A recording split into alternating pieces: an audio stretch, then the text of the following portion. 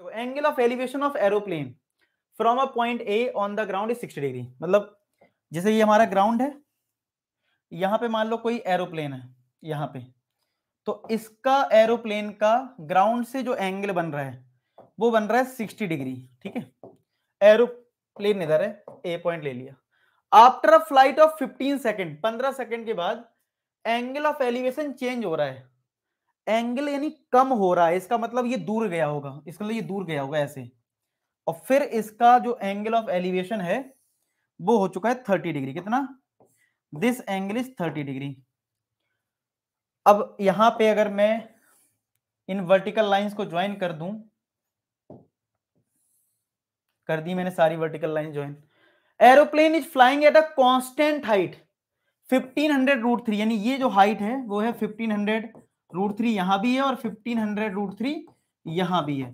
ठीक है, और ये कुछ पॉइंट मान लेते हैं, ये बी पॉइंट, ये सी पॉइंट, ये डी पॉइंट और ये ई पॉइंट। बोला है स्पीड बताओ किलोमीटर पर आवर में। किसमें बताना है?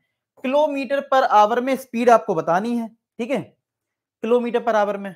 अच्छा, मैंने इस क्वेश्चन को पहले क्लियर कर दिया था कि अगर आपसे कोई स्पीड पूछ रहा है और आपको पता है कि यहां से लेके यहां तक 15 सेकेंड्स लग रहे हैं, तो तुम टाइम पे अभी फोकस मत करो, तुम डिस्टेंस पे फोकस करो। यानी कि अगर तुमने ये डिस्टेंस अगर x मान ली और तुमने अगर ये डिस्टेंस x निकाल ली, तो x में 15 से डिवाइड कर देना, आपको स्पीड मिल जाएगा। क्योंकि डिस्टेंस, स्पीड जो होता है वो डिस्टेंस अपॉन टाइम आता है। कितने बच्चे सीख गए इस कॉन्सेप्ट को?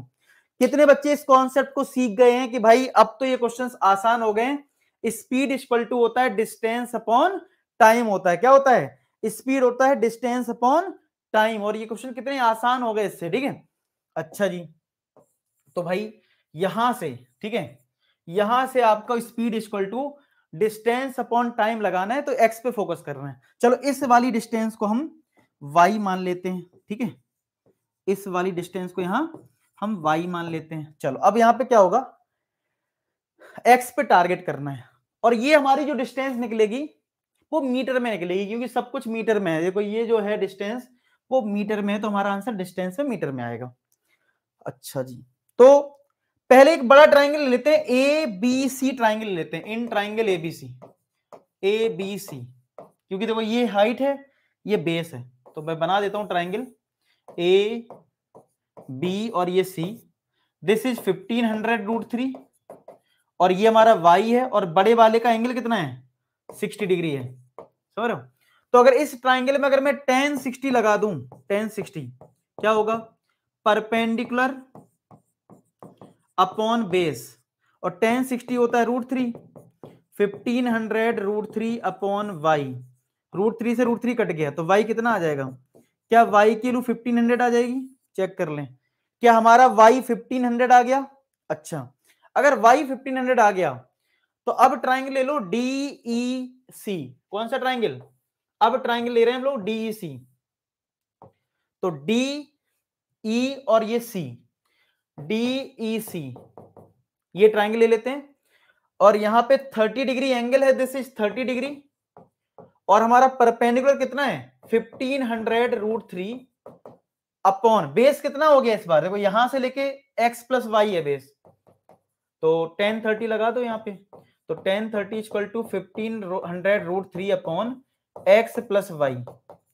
तो tan 30 आपका 1/√3 होता है, तो 1500√3 अपॉन x प्लस वाई।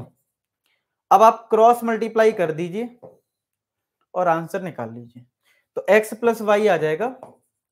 तो √3 का मल्टीप्लाई √3 में होगा 3 आएगा, तो 1500 इंटू 3 करोगे 4500, और हमारे x y की वैल्यू कितनी है?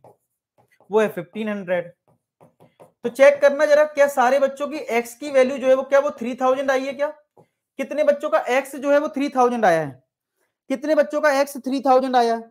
और अगर x 3000 है यानी ये डिस्टेंस 3000 है, टाइम था 15 सेकेंड्स, तो स्पीड कितनी हो जाएगी?